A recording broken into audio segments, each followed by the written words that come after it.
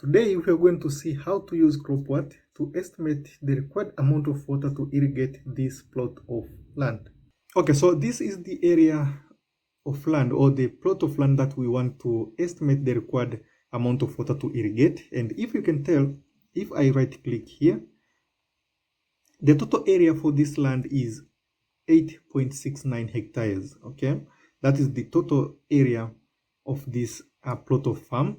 And not just that, we also have some other information like the crops that are needed to be planted. Okay, so for this area, these are the crops that will be planted. Okay, so the number one crop is cabbage, the other one is tomato, maize, sweet melon, and also sweet pepper. And we also have the percentage or the percentage covered for each crop. Okay, so for cabbage we have 20%. So 20% of this plot will be covered with cabbage, and also 15% will be covered with maize, and lastly 20% of this plot of farm will be covered with sweet pepper. And not just that, the other information that we have is the planting date. So for each crop we have the corresponding planting date.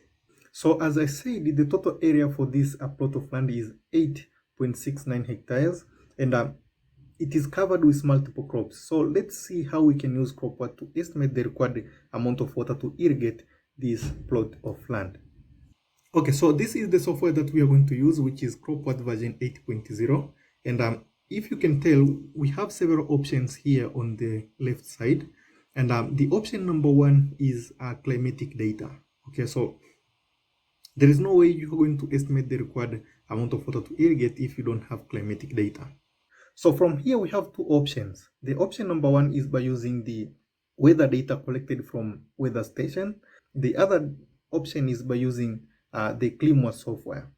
Okay, so this is the software that was developed by FAO themselves, and it has weather data from multiple weather stations in the world. So for my case, because I don't have weather data collected from weather stations, I'm going to use a CLIMWAT software.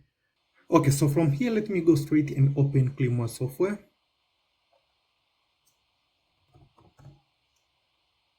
Of course, which is version 2.0. Okay, so CLIMWAT for CROPWAT.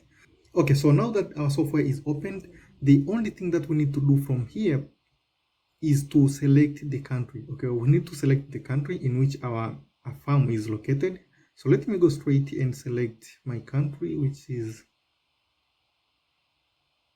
yeah, so this one. Now after selecting your country, we also have two options. So the first option is to display all weather stations that are located within the country, and also the other option is to display not only the weather stations that are located within that particular country, but also around the selected country.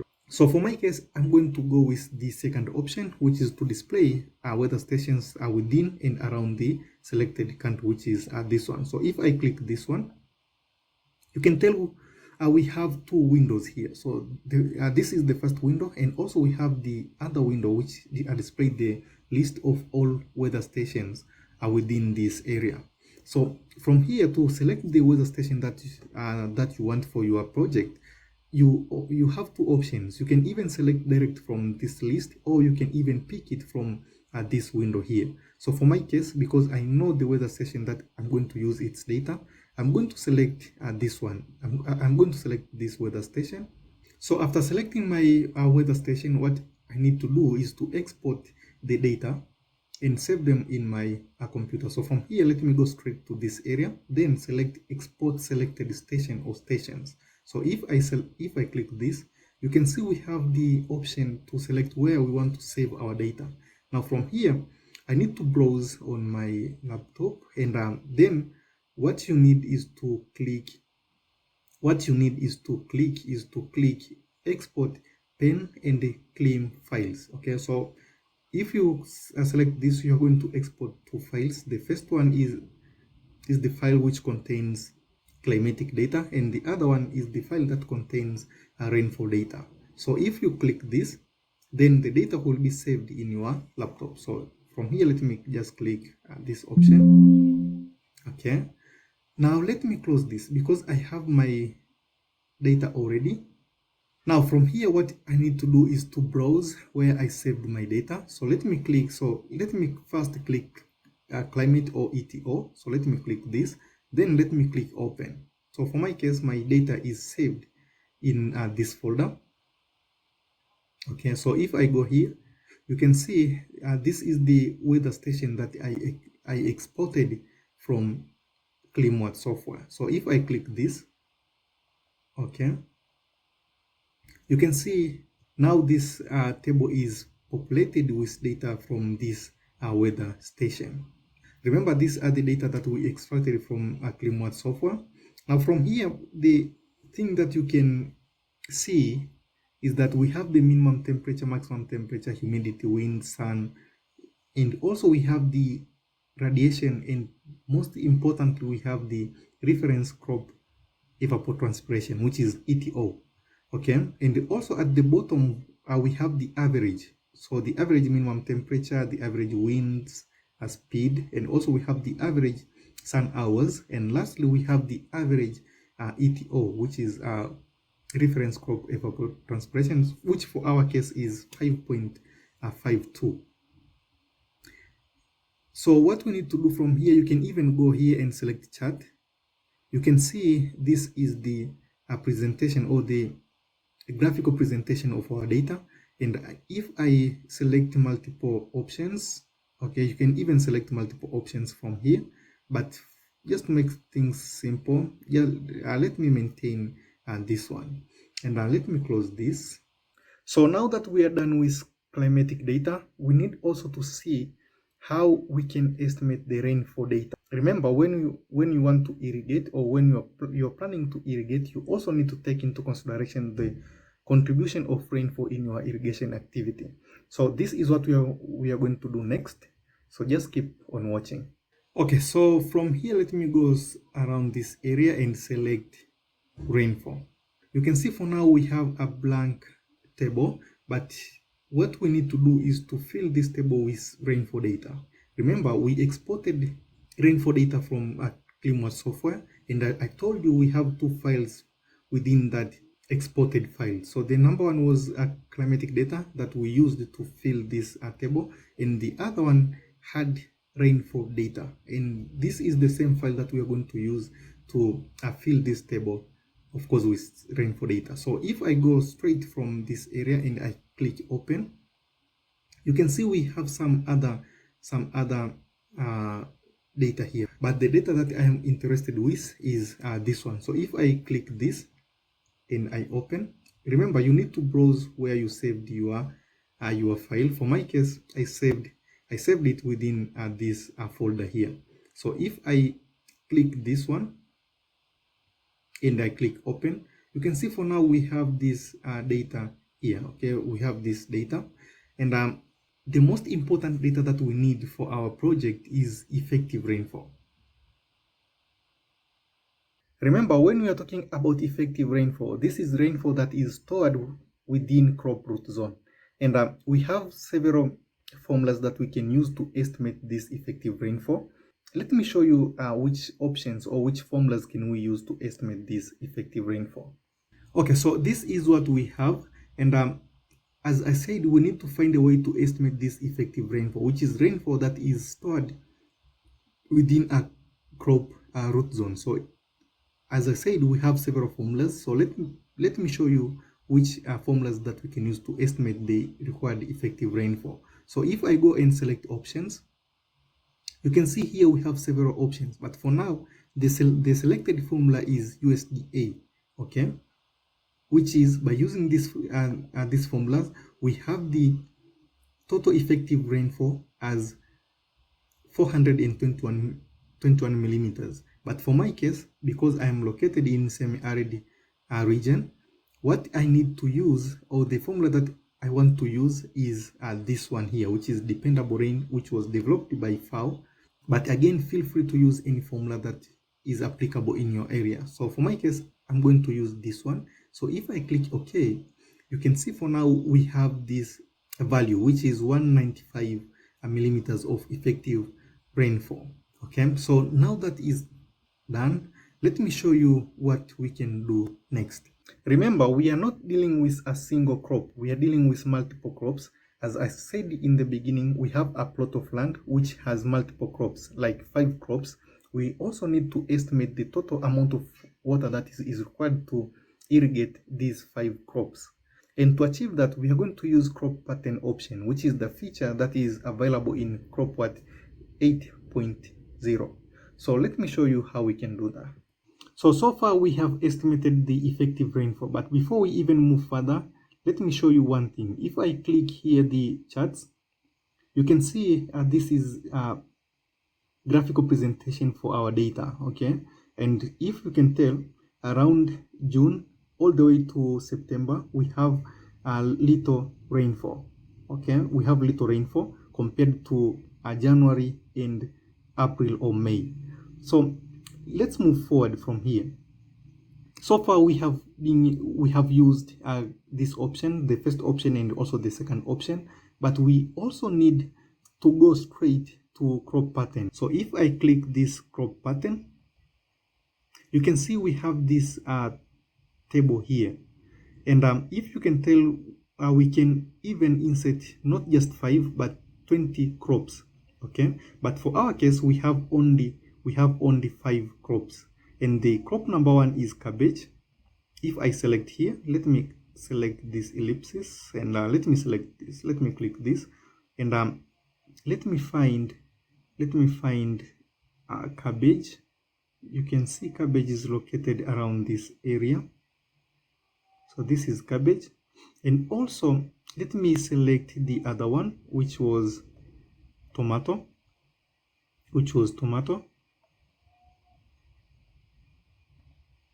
Okay, so let me go on and insert the rest.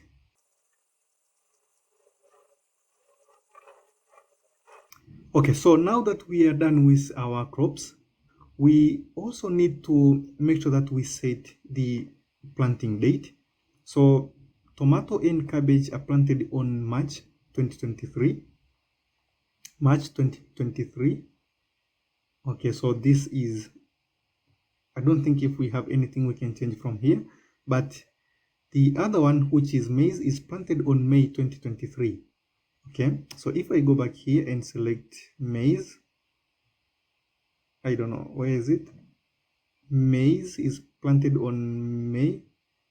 Let me change this to May.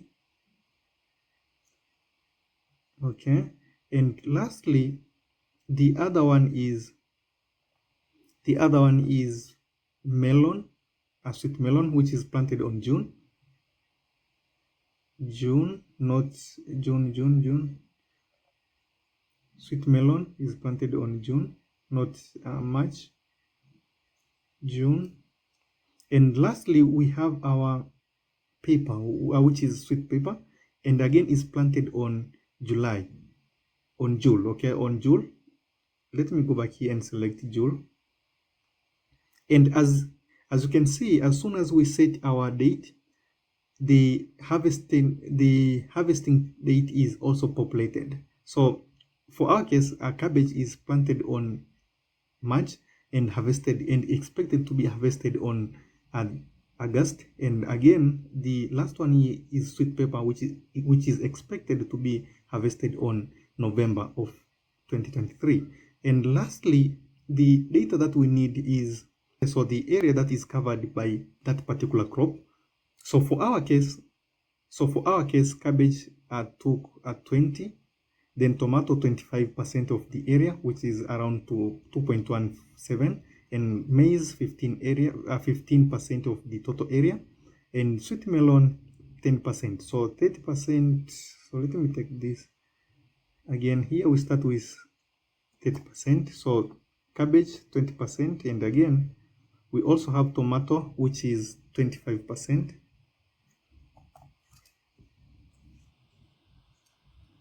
And again, we also have 15, 10, 20. Okay, so let me put here 15. And again, let me put here 20. And again, 15, 10, 20. So this one here is 10. And lastly, sweet peppers is expected to take 20% of our area. Remember, the most important thing that you need to do is to make sure that the summation of this percent equals to 100. Otherwise, the software is going to throw some errors. And the next thing that we need to do before we move further is to give this cropping pattern a name. So let me assume this farm is ABC Estate. Let me call it ABC Estate pattern. Okay, I think everything here is okay. Before I forget, you can even save this cropping pattern. So for my case, let me go and save this cropping pattern. So maybe in the future I can even go back and use it. So let me call it like ABC Estate and click it save. For the future, you can even go back and use it. So the next thing that we need to do is to shift to this last tab here, which is scheme. If I click this, you can see we are provided with this table here, and this table is filled with multiple data or multiple numbers. And one thing that you can see from here is that we have this ETO station, which is a crop evapotranspiration station. And also we have the other data, which is rainfall station, which is the same station. And again, we have the cropping pattern name, which for our case, this is the name that we gave for our pattern. And again, if I take you back here, you can see we have the crops. Okay, so these are 5 crops. And again, the next data that we have from this chart is net scheme irrigation requirements. Okay, both in millimeter per day, millimeter per month, and also in liters per second per hectare. So on March, in which we had only 2 crops planted, this is the net irrigation requirement, which is 1.5 millimeters per day, and also the total water requirements as 0.17 liters per second per hectare. And again, on month June, this is the month where the whole area is covered with crops. You can tell the net scheme irrigation requirement here is 0.48 liters per second per hectare, and again this one here is 0.32. So if we go down here, you can see we have the other data, which is irrigated area, of course in a percentage of the total area. So the question is, what is the total amount of water do we need to irrigate this area? Okay, so for each month, what is the total amount of water do we need for irrigating this plot of land? So let me show you how we can estimate that. So if I take you at this area here at the bottom, we have this irrigation requirement for the actual area. Okay, and again, this is in liters per second per hectare. Again, let me start with month March. This is the amount of water which will be required for month March, which is 0.31 liters per second per hectare. Again, on month April, this is the amount of water that will be required. Again, on month May, all the way to month November. Again, if you look closely, you can see on month June, we have the maximum amount of crop water requirement, which is 0.52 liters per second per hectare. But remember one thing, for now, the value that we have is in liters per second per hectare, but the total area that we have for our plot of land is 80.69 hectares. So what we need to do is to take this value here, for example, on month March, and multiply it with the total area. Again, this value the same, and again, this value the same all the way to month November. And to achieve that, let me copy the whole of this. Let me copy the whole table, of course, data and header. Then let me paste it around this area in my Excel sheet. So if I paste, you can see we have this data here, but this is very important row. And for now, we have this figure, which is the same as the data that we had on our chart here. Now, what we need to do next is For now, as I said, we have 0.3 liters per second per hectare. We need to estimate this value in terms of liters per second, and we will achieve that by taking this figure, multiply it with the total area, which is 8.69. So let me introduce another row here, and let me copy this. Let me copy this. Or let me do this. Let me write liters per second instead of liters per second per hectare. What I need to do, because here we have 0 and 0, of course, there is nothing we can do. Let me start around this area, and let me take this and multiply it with this total area, which is 8.69. So if I take this and click OK, you can see on month March, this is the total amount of water that we need to irrigate this area here. And we need to do the same for month April all the way to month May, and so on and so forth. And to achieve that, let me do this.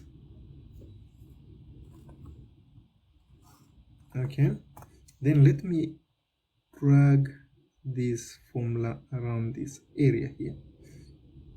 Okay, remember this is in liters per second because we multiplied these values here with the total area. And let me click bold. Okay, so for now, for month March, we need to supply this amount of water to irrigate this area here. And again on month April, this amount. On month May, again this amount, and all the way to month November. But one thing you can notice is that on month June, which is this one, we have the maximum crop water requirements, which is 4.5 liters per second. Okay, and so on and so forth. So for now, the next thing that we can do, at least we can take this this data here and print. Of course, if you want, you can just click here. You can just go here and select print, and you can select all. Then you can just preview if you want. Okay, but for me, you can then from there you can proceed with printing your data. Okay, so that is how you can use CROPWAT and CLIMWAT to estimate the required amount of water that will be required to estimate a given plot of land. So now that you are learning how to use CROPWAT, I have the other playlist and that will be displayed on this end screen. Please go and watch it, and again, the link to that playlist will be attached in the description below. That being said, thank you, and I'll see you in the next tutorial.